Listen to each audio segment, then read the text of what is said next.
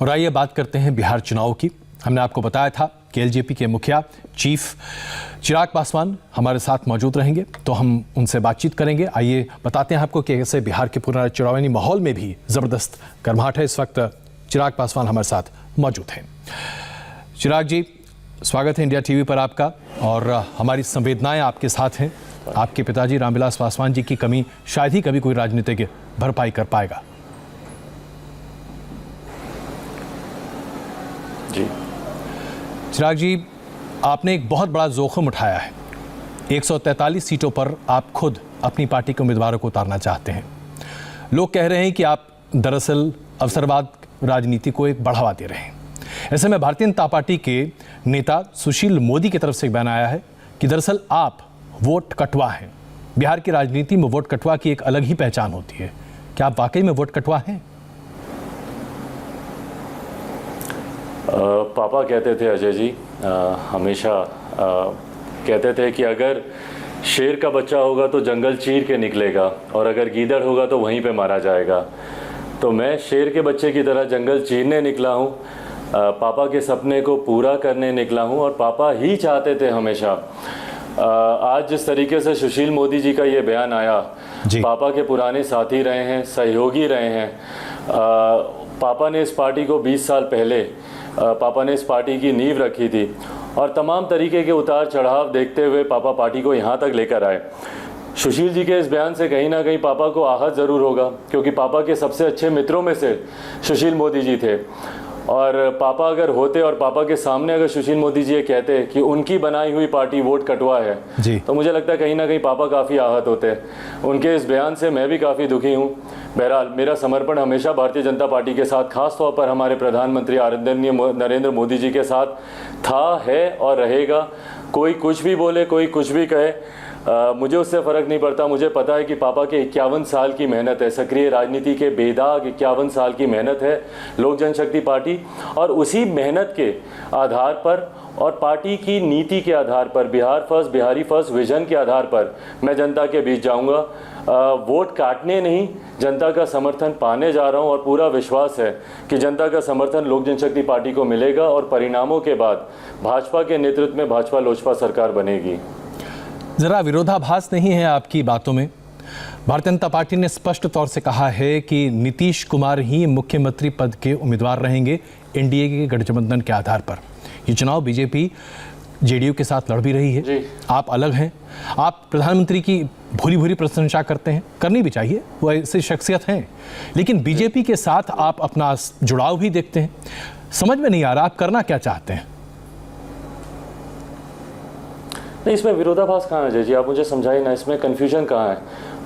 जो भी भारतीय राजनीतिक परंपराओं को समझता है वो इस बात को बखूबी जानता है कि भारत में केंद्रीय स्तर पर गठबंधन अलग होते हैं और राज्य के स्तर पर गठबंधन अलग होते हैं। क्या जनता दल यूनाइटेड और उनके नेता और उनके राष्ट्रीय अध्यक्ष और मौजूदा मुख्यमंत्री आदरणीय नीतीश कुमार जी ने क्या भारतीय जनता पार्टी के सामने कभी किसी प्रदेश में चुनाव नहीं लड़ा? क्या उन्होंने गुजरात में उनके सामने चुनाव नहीं लड़ा? हाल फिलहाल में क्या उन्होंने झारखंड में चुनाव नहीं लड़ा? मैंने खुद इससे पूर्व में मैंने झारखंड में उनके सामने चुनाव लड़ा, तो दिल्ली में हम लोगों ने गठबंधन करके चुनाव लड़ा। मणिपुर में तो मैंने भारतीय जनता पार्टी के सामने मैंने अपने प्रत्याशियों को मैंने उतारा था, और उसके बाद जो हमारे विधायक वहां से जीते उन्होंने भारतीय जनता पार्टी का मुख्यमंत्री बनाने के लिए वहां पे समर्थन किया। तो मेरी समझ में नहीं आ रहा कि आज बिहार की राजनीति में अगर मैं ये निर्णय ले रहा हूं तो उसमें इतनी परेशानी क्यों हो रही है लोगों को, खासतौर पर हमारे मुख्यमंत्री को ये बेचैनी क्यों, ये बौखलाहट क्यों? मेरी समझ के परे तो राजनीतिक परंपराओं का हिस्सा रहा है कि केंद्र में अब अपना 2005 में पापा ने यही किया था। 2005 में कांग्रेस के साथ अपना गठबंधन रखते हुए यहाँ पर राजद के सामने उन्होंने अपने प्रत्याशी उतारे थे, और उस वक्त सबसे ज्यादा मत प्रतिशत हम लोग को मिला था, 12.5% से ज्यादा वोट मिले थे, और 29 सीट हम लोगों ने जीती थी। उसी चीज को अगर आज मैं दोहरा रहा हूं तो इसमें विरोधाभास कहां से आ रहा है अजय जी? तो फिर ये बताइए कि आपका मुख्य विरोध नीतीश कुमार जी से है, आप जेडीयू से परेशान हैं, आपको लगता है कि बिहार की स्थिति आज जो भी है वो नीतीश कुमार जी की वजह से है? आपको नहीं लगता क्या ऐसा अजय जी? बताइए मुझे ईमानदारी से। जो भी मुखिया होता है फॉरगेट अबाउट द मुखिया ऑफ अ पार्टी और मुखिया ऑफ अ स्टेट, आप किसी टीम का भी लीडर अगर कोई होता है, किसी क्रिकेट टीम का कप्तान होता है, आपके यहाँ न्यूज़ चैनल्स हैं, आपके उसमें जो हेड करता है उसको, क्या उनकी जिम्मेदारी नहीं बनती कि परफॉर्मेंस कैसा रहे? सो डेफिनेटली यस, यहाँ मेरे प्रदेश में मेरी जिम्मेदारी पूरी तरीके से हमारे मुख्यमंत्री नीतीश कुमार जी की ही बनती है कि पिछले 15 सालों में बिहार के साथ जो भी अच्छा हुआ उसका श्रेय भी उन्हीं का, और जो चीज़ें नहीं हो पाई या जो चीज़ें गलत हुई या खराब हुई उसकी भी जिम्मेदारी मुख्यमंत्री जी की बनती है। और खास तौर पर जब मुख्यमंत्री नीतीश कुमार जी जैसे हों, हम सब उनकी कार्यशैली को जानते हैं, जनता दल यूनाइटेड के भी नेता अधिकांश बार ऐसा होता है कि उनके भी नेताओं को इस बात की जानकारी ही नहीं होती जो नीतिगत फैसले मुख्यमंत्री लेते हैं। अधिकारियों पे मुख्यमंत्री बहुत ज़्यादा भरोसा करते हैं बनिस्बत अपने नेताओं के, बनिस्बत अपने कार्यकर्ताओं के। जिस तरीके से यहाँ पर अधिकारी राज बिहार में आ रखा है, आप जनता के बीच आइए, पूछिए कितने दुखी है जनता यहाँ की, कितनी नाराज़गी है जनता में, और वो आक्रोश गाहे बगाहे दिखता है। आप ही के चैनल पे मैंने कितनी बार देखा कि जनता दल यूनाइटेड के नेताओं को, उनके प्रत्याशियों को घेरा गया, उनके मंत्री तक के स्तर के लोगों को घेरा जाता है, उन्हें बंधक बना लिया जाता है। इतना आक्रोश है लोगों में। चिराग जी, तो क्या ये माना जाए कि जिस तरह से प्रशासन चल रहा था बिहार में, जहां पर आपकी पार्टी भी सहयोगी थी, आप लोग नाराज थे, लेकिन आपकी बातों को नीतीश कुमार जी नहीं सुना करते थे, लेकिन उप मुख्यमंत्री के तौर पर तो बीजेपी के नुमाइंदे वहां पर थे, सुशील कुमार जी, क्या वो आपकी बातों को नहीं सुनते थे? क्या बीजेपी आपको साथ लेकर नहीं चलती थी? तो क्या ये माने कि सिर्फ और सिर्फ बिहार की सरकार जो बीते 5 साल चली या बीते 15 साल सिर्फ और सिर्फ नीतीश कुमार जी की चली, किसी और की नहीं? 100% यस। इस बात में मुझे नहीं लगता कि आपको भी कोई शंका होगी अजय जी, आप भी जितना बिहार को जानते हैं, मुझे नहीं लगता कि आपको भी इस बात में कोई डाउट होगा कि वो सिर्फ और सिर्फ नीतीश कुमार जी की ही सरकार रही है, and that's his working style. मतलब उसको कोई बदल नहीं सकता, वो उनकी कार्यशैली का हिस्सा रहा है। अभी भी मैं अगर गठबंधन से अलग हुआ हूँ, मैं आपको ईमानदारी से बताता हूँ, अगर मुझे सिर्फ बिहार पे राज करना होता तो मेरे पास, मुझे लगता है, एक रेड कार्पेट बिछी हुई थी। मुझे जितनी सीटें इस गठबंधन में मिलती लोकसभा की तर्ज पर ही, मुझे लगता है मेरा प्रदर्शन 100% मेरा स्ट्राइक रेट रहता, और जितनी सीटें मिलती मैं उतनी सीटें इस गठबंधन में जीतता, और संभवतः आने वाली सरकार में एक रिप्रेजेंटेशन भी मेरा अच्छा रहता। पर मेरी लड़ाई बिहार पे राज करने की नहीं, बिहार पे नाज करने की है। बिहारी अस्मिता की मेरी लड़ाई है, 12 करोड़ बिहार वासियों को लेकर मेरी लड़ाई है, और उसी लड़ाई को लेकर मैं आगे चल रहा हूँ। यहाँ पर मैंने इस बात को कहा था कि Bihar first, Bihari first vision document पर मैंने लंबे समय से पापा के साथ मिलकर मैंने उस पर काम किया था। लगभग 4 लाख से ज़्यादा बिहारियों से सुझाव लेकर मैंने इस विजन डॉक्यूमेंट को मैंने तैयार किया था, और मैंने आग्रह किया था कि मेरी लड़ाई सीटों को लेकर नहीं है, सीटों की संख्या को लेकर नहीं। और लेट मी से this on record very categorically कि मेरी सीटों की संख्या को लेकर भारतीय जनता पार्टी के किसी नेता से अक्रॉस द टेबल बैठकर कभी कोई बातचीत नहीं हुई है। संख्या का जिक्र तक नहीं हुआ है जब मैं उनके सामने बैठा हूं कि हम आपको इतनी सीटें दे रहे हैं कि आपको मंजूर है। मैंने कभी संख्या को लेकर मैंने बातचीत नहीं की। मैंने बातचीत सिर्फ और सिर्फ Bihar first, Bihari first vision document को, क्योंकि मेरा विश्वास नहीं है 7 निश्चय पर। मैं नहीं मानता कि 7 निश्चय बनाने से बिहार का विकास हो सकता है। आप विकास के मापदंड देखिए, दुनिया तो भूल ही जाइए, देश में विकास के मापदंड देखिए कहां पहुंच रहे हैं। और बिहार में हम लोग विकास की बात करते हैं तो हम लोग क्या बात करते हैं कि भैया नली गली कैसे बन जाए। हम लोग बात करते हैं कि किस तरीके से मेरे आंगन में चापाकल गड़ जाए। हम लोग बात करते हैं कि किस तरीके से घर तक बिजली पहुंच जाए। ये विकास के मापदंड है। बाढ़ के पानी को हर घर में पहुंचा देना नल जल योजना का हिस्सा नहीं हो सकता ना। तो यहाँ पे तो विकास के मापदंड ही बहुत छोटे हैं, उसको बढ़ाने की जरूरत है। और इसीलिए मैंने भारतीय जनता पार्टी के भी शीर्ष नेताओं से आग्रह किया था कि Bihar first, Bihari first vision document को कॉमन मिनिमम प्रोग्राम का हिस्सा बनाया जाए।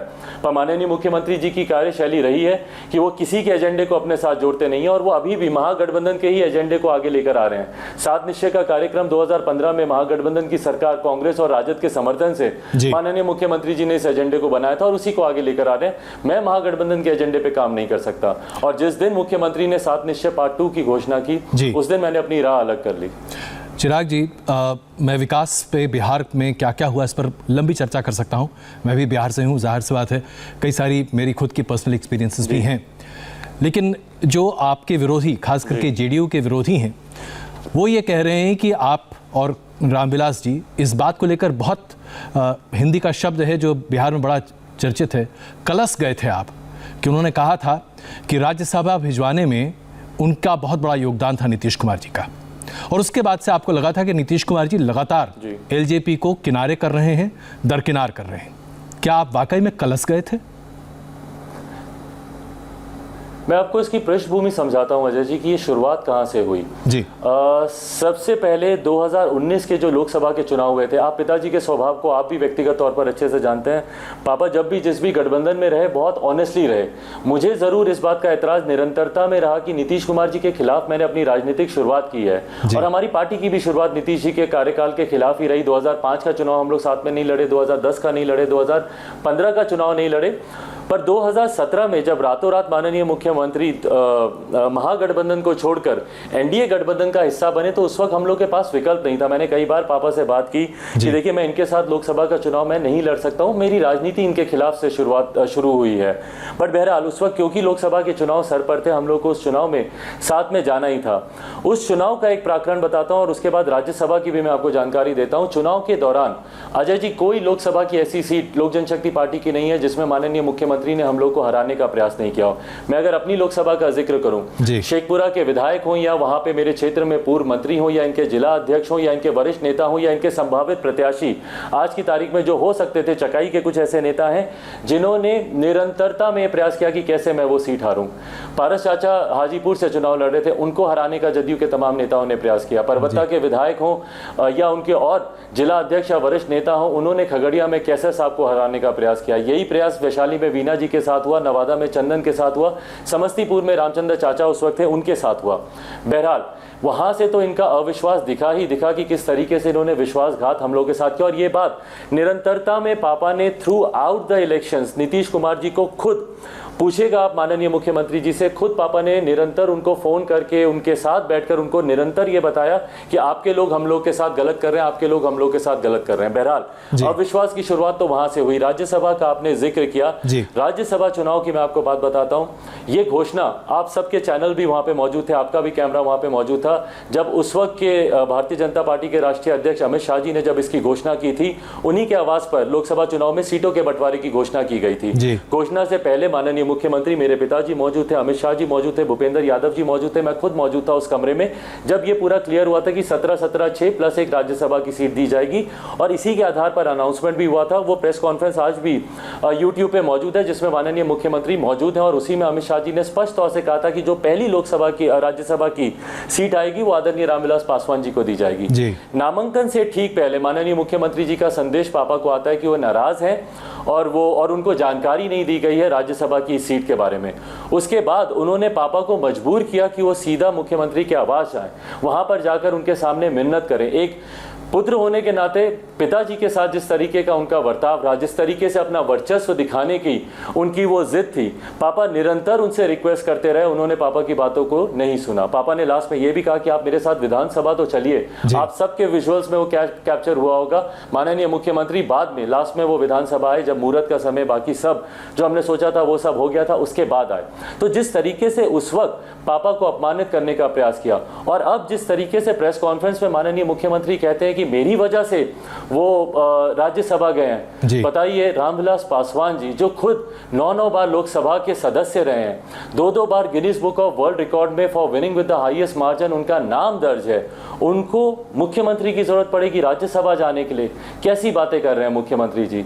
और हाँ, अब पापा दे गए उनको अपनी राज्यसभा की सीट। मुख्यमंत्री जिनको चाहें उनको बना सकते हैं राज्यसभा से सांसद, पापा दे गए उनको अपनी सीट वापस। चिराग जी, आपके विरोधी एक और सवाल करते हैं और हालांकि इसको इस तरह से अन्यथा मत लीजिएगा। वो ये कहते हैं कि इसमें कोई शक नहीं कि रामविलास जी ने 2 बार गिनीज बुक में सबसे ज़्यादा वोट हासिल करने का रिकॉर्ड भी दर्ज किया। ज़बरदस्त राजनीतिज्ञ रहे, बिहार की राजनीति में उनका दखल कोई इनकार नहीं कर सकता। लेकिन लोग उन्हें कहते थे कि वो मौसम वैज्ञानिक हैं, राजनीति की दिशा समझते हैं और कहाँ फ़ायदा हो सकता है, इस अवसरवादिता की राजनीति में एक तरह से PhD हासिल कर चुके थे। और यही बात आज आपके बारे में कही जा रही है जेडीयू के द्वारा कि आप भी उनसे ये गुर सीख चुके हैं। आप जानते हैं कि कहाँ कैसे क्या हवा बनाई जा सकती है और इसीलिए शायद आप बीजेपी के साथ मिलकर सरकार बनाने का सपना देख रहे हैं। एक लंबे समय के बाद जनता दल यूनाइटेड के नेताओं ने मेरी तारीफ की है, उसके लिए बहुत धन्यवाद उनको। अगर वो कह रहे हैं कि मैं पिताजी की राह पर चल रहा हूँ या जो गुण उनमें थे, मेरे लिए इससे ज़्यादा गर्व की बात और कोई नहीं हो सकती। उन्हीं का अंश हूँ मैं अजय जी, उन्हीं के संस्कार हैं मुझ में। और सही कह रहे हैं वो, कोई गलत नहीं कह रहे हैं, बिल्कुल मैं उन्हीं की राह पर हूँ। 2005 में ठीक इसी तरीके से पापा अगर इसको एक्सपेरिमेंट टर्म दिया जाए तो पापा ये एक्सपेरिमेंट कर चुके हैं और उसमें अपने आप को साबित कर चुके हैं। जैसा मैंने कहा 12.5% और सबसे ज़्यादा विधानसभा में मुझे लगता है कि गठबंधन में जितनी बार हम लोगों ने चुनाव लड़ा उससे ज़्यादा हम लोगों ने अपने आप को सिद्ध किया अकेले चुनाव लड़कर। और मैं सही में ये सिद्ध करना चाहता हूँ, अकेले चुनाव लड़कर हमें कहा जाता है कि भैया 5-6% की पार्टी है, पर उससे ज़्यादा आप हमें सीटें ही नहीं लड़ने देते तो उससे ज़्यादा हमारा मत प्रतिशत बढ़ेगा कैसे। पहली बार वापस से पुनः एक लंबे समय के बाद लोक जनशक्ति पार्टी 125 से ज़्यादा सीटों पर हम लोग चुनाव लड़ रहे हैं, 140 के आसपास हम लोग सीटों पर चुनाव लड़ रहे हैं और मेरा विश्वास है कि पापा का सपना पूरा होगा। और मैं इस बात को क्लियर कर दूं अजय जी, क्योंकि मेरे विरोधी इस बात को भी कहते हैं कि अगर रामविलास पासवान जी होते तो शायद फैसला कुछ और होता। मैं उनको भी स्पष्ट कर दूं, पापा ही चाहते थे, निरंतरता में पापा ने मुझे ये बात कही कि अकेले लड़ने से कभी मत डरना, बल्कि कितनी बार तो उन्होंने मुझे इंस्टिगेट भी किया कि भाई तुम क्यों डरते हो अकेले लड़ने से। 2005 में मैंने एक बार नहीं सोचा, मैंने निर्णय लिया, अकेले लड़ा और अपने आप को सिद्ध किया। आज तो तुम लोग जवान हो, तुम लोग क्यों लड़ रहे हो, तुम लोग क्यों डर रहे हो अकेले लड़ने से। और उन्होंने मुझे स्पष्ट तौर पर यह बात कही कि अगर आज मौजूदा मुख्यमंत्री तुम्हारी वजह से पुनः प्रदेश के मुख्यमंत्री बनते हैं तो आज से 5 साल, 10 साल, 15 साल के बाद तुम पछताओगे, तुम रिग्रेट करोगे कि तुम्हारी वजह से बिहार 5 साल फिर से पीछे चला गया। तो इसीलिए उन्हीं के सपने को मैं पूरा करने के लिए मैं मैदान में उतरा हूं। और अगर किसी को मेरी बातों पे शंका हो, वो कह सकते हैं कि भैया ये तो बंद कमरे में आप दोनों के बीच बातचीत हुई, क्या पता आप सही बोल रहे हैं गलत बोल रहे हैं। पिताजी आज मेरे बीच नहीं है, इसलिए उनको लेकर मैं कोई झूठ नहीं बोलूंगा। पर अगर उसके बाद भी, क्योंकि ऐसी घड़ी में भी लोग मुझ पर कटाक्ष करने से रुक नहीं रहे जी, पता नहीं संवेदनाएं कहाँ गई। ऐसा माहौल होने के बावजूद निरंतर हर रोज मुझ पे वार, मुझ पे आरोप प्रत्यारोप हो रहे हैं। तो अगर किसी को अभी भी शंका होती है कि पापा ने ऐसा कहा कि नहीं कहा, तो मैं भारतीय जनता पार्टी के कई वरिष्ठ नेताओं के मैं नाम ले सकता हूं जिनके साथ पापा की हाल फिलहाल के दिनों में ही मुलाकातें हुई। 2-2, 2.5 घंटे पापा की उन लोगों के साथ मुलाकात हुई। और उनका नाम खुलासा कीजिए। राय जी उनमें से एक हैं जो कि MOS है। जी मैं बता रहा हूँ आपको अजय जी। नित्यानंद राय जी उनमें से एक हैं, MOS हैं, MHA। उनके साथ पापा की बहुत पुरानी मित्रता रही है। उनके साथ पापा ने घंटों बैठकर अपनी पीड़ा, अपनी वेदना और बिहार को लेकर उनकी क्या सोच है, उनके साथ पापा ने साझा की। इसी क्रम में शहनवाज हुसैन जी भारतीय जनता पार्टी के राष्ट्रीय अध्यक्ष हो रहे हैं, उनके साथ पापा ने घंटों बैठकर ये चर्चा की कि किस तरीके से नीतीश कुमार जी के शासन में बिहार बद से बदतर के हालात पे जाता रहा। रामकृपाल यादव जी हैं, माननीय सांसद भारतीय जनता पार्टी, उनके साथ पापा ने घंटों बैठकर ये सारी बातें साझा की। तो अगर किसी को मेरी बात पे अविश्वास है, इनसे भी आप लोग जानकारी साझा कर सकते हैं। बट हाँ, अकेले चलने का फैसला पापा का था। नीतीश कुमार जी पुनः प्रदेश के मुख्यमंत्री ना बने, ये संकल्प पापा ने ही मुझे दिलाया था। चिराग जी, अब विकास की बात करते हैं बिहार की। मैं भी कुछ आंकड़े देख रहा था और वाकई में इससे ज़्यादा अफसोसजनक आंकड़े आज नहीं हैं हमारे देश में। जब हम आज़ादी लिए, हमारी आज़ादी हमारे हाथ में आई, तो उस समय एक औसत भारतीय तकरीबन 400 रुपये महीना कमाता था और उस वक्त एक औसत बिहारी तकरीबन 200 रुपये महीना कमाया करता था। आज तकरीबन एक औसत हिंदुस्तानी 1,35,000 रुपये प्रति माह कमाता है, लेकिन एक औसत बिहारी 3,500 रुपये प्रति माह कमाता है। ये स्थिति हो गई है आज बिहार की। 44,000 रुपये टोटल पर कैपिटा इनकम है बिहार का।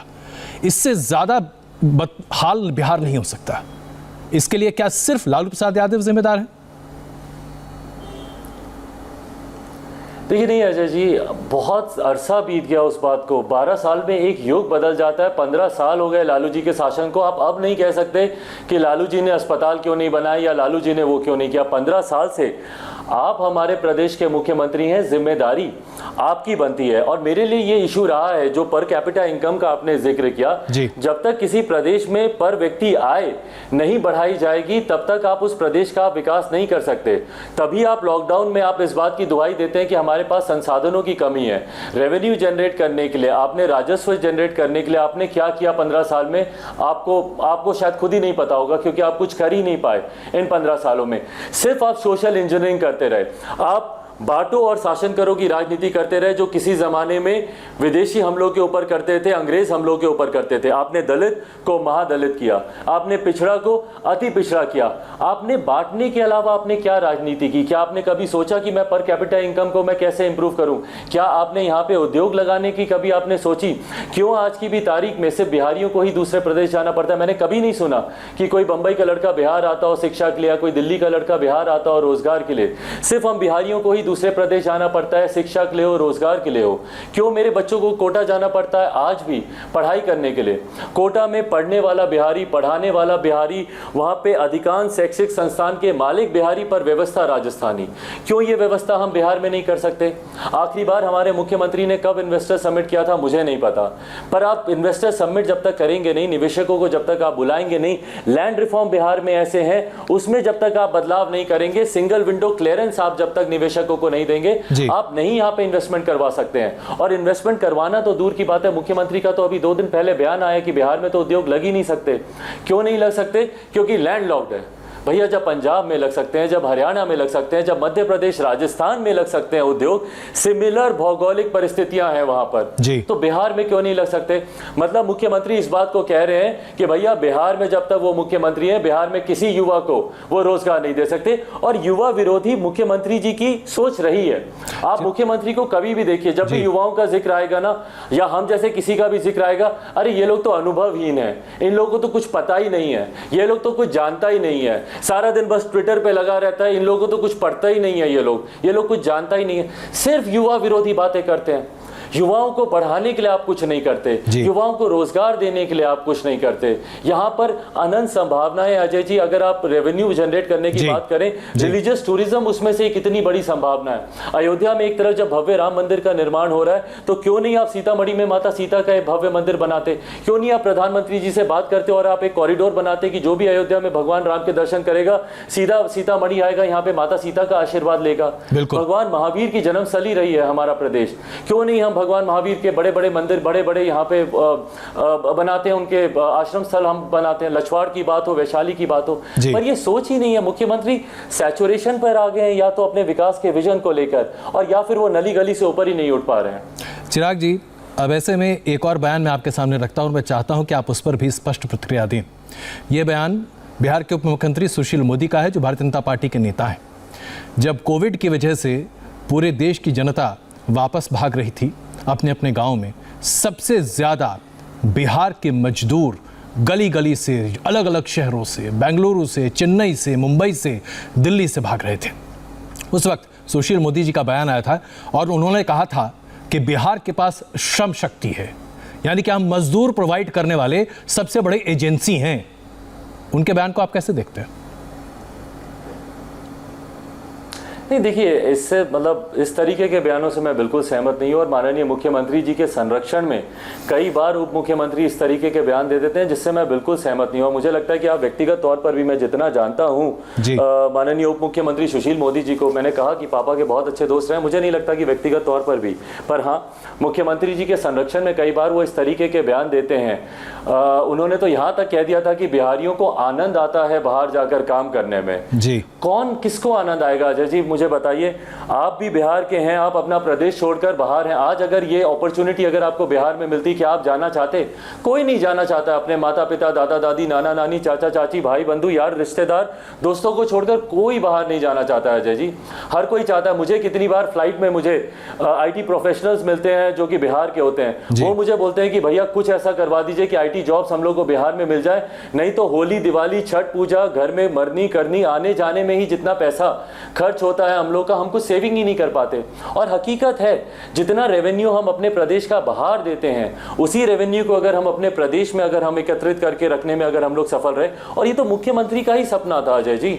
मुझे याद है पहली बार जब 2005 में जब पहली बार माननीय मुख्यमंत्री हमारे प्रदेश के मुख्यमंत्री बने थे नीतीश कुमार जी, उस वक्त उन्होंने कहा था कि मेरा सपना है कि देश में जहां जहां पर भी बिहारी हैं, मैं उनको अपने प्रदेश वापस लेकर आऊं। कोरोना में उनके पास सबसे खूबसूरत मौका था अपने सपने को पूरा करने का, पर वो नहीं कर पाए। और इसी तरीके से बहुत और काम है जो हमारे मुख्यमंत्री नहीं कर पाए। लेकिन आप मानते हैं कि इसमें बीजेपी, जो कि सहयोगी पार्टी है और बीते 15 साल से एनडीए का शासन है बिहार में, 2 साल को अगर छोड़ दें तो बीजेपी की कोई भूमिका नहीं है, ये सब कुछ नीतीश कुमार जी की वजह से, सिर्फ एक व्यक्ति। देखिए, मैं पुनः इस बात को दोहराऊंगा, और अजय जी, मुझे लगता है आप भी बिहार की राजनीति को अच्छे से कवर करते हैं और माननीय मुख्यमंत्री जी को आप भी अच्छे से जानते हैं, और जो भी उनको, जैसा मैंने कहा, जो भी मुख्यमंत्री जी को जानता है, उनकी कार्यशैली को जानता है, वो लोकतांत्रिक परंपराओं में विश्वास नहीं करते। वो सिंगल मैन आर्मी है, अकेले निर्णय लेना चाहते हैं, अकेले फैसले लेना चाहते हैं, बिना किसी से राय मशवरा लिए, बिना किसी से बातचीत किए। और ये शिकायत मेरी ही नहीं है, ये शिकायत भारतीय जनता पार्टी के भी तमाम नेताओं की है। और ताज्जुब की बात है कि जनता दल यूनाइटेड के भी जितने सांसद, अधिकांश विधायक, अधिकांश मंत्री, वो भी इसी बात की शिकायत करते हैं मुझसे। जब भी मुझसे मिलते हैं बताते हैं कि हमें तो पता मीडिया के माध्यम से चला कि मुख्यमंत्री ये फैसला ले रहे हैं। तो वो अधिकारियों पे ज्यादा भरोसा करते हैं। तो जब वो किसी से पूछेंगे ही नहीं और फैसले जब वो अकेले लेंगे, तो जिम्मेदारी भी उनकी अकेले की ही बनेगी। चिराग जी, एक आखिरी सवाल, तो चुनाव के बाद आप किस भूमिका में रहेंगे और इंडिया टीवी पर आप अपने पहले इंटरव्यू में हमसे क्या कहेंगे? देखिए, चुनाव के बाद मैं स्पष्ट हूँ अजय जी, पिताजी का ही अंश हूँ, और पापा ने हमेशा सिद्धांतों से उन्होंने कभी कोई समझौता नहीं किया। हमेशा हम लोगों ने प्री पोल अलायंस किए, कभी हम लोगों ने पोस्ट पोल अलायंस नहीं किया। कभी हम लोगों ने अलायंस इसलिए नहीं किया कि आज इसकी सरकार बनने वाली है इसलिए हम इसको समर्थन कर दें, या इसकी सरकार बचने वाली है तो हम इसके साथ चले जाएं। हम लोगों ने प्री पोल अलायंसेस किए, और हमेशा जो प्री पोल किया वही हम लोगों ने पोस्ट पोल भी किया। आज भी मैं आपके सामने ऑन रिकॉर्ड कैटेगोरिकली इस बात को पूरी अथॉरिटी के साथ, लोक जनशक्ति पार्टी का राष्ट्रीय अध्यक्ष होने के नाते मैं इस बात को मैं कह रहा हूं। और 10 तारीख को आप पुनः मुझसे मेरा ही वीडियो चला के आप मुझसे पूछेगा, मैं आज भी कहता हूं, उस दिन भी कहूंगा कि मेरा समर्थन चुनाव के बाद, परिणामों के बाद भारतीय जनता पार्टी के लिए होगा। मैं सही मायनों में बिहार में डबल इंजन की सरकार बनाना चाहता हूं। जैसे केंद्र में भाजपा के नेतृत्व में सरकार है, वैसे ही प्रदेश में भाजपा के नेतृत्व में सरकार बने, इसके लिए मैं संकल्पित हूं। और मेरा पूरा विश्वास है कि परिणामों के बाद भाजपा के नेतृत्व में भाजपा लोजपा की सरकार 10 नवंबर को बनेगी। बहुत धन्यवाद और हमारी शुभकामनाएं आपके लिए चिराग जी, और एक बार फिर रामविलास जी के लिए हमारी श्रद्धांजलि। बहुत धन्यवाद इंडिया टीवी से बात करने के लिए। आपने चिराग पासवान की बातें सुनी, उनका एजेंडा आपके सामने हमने प्रस्तुत किया।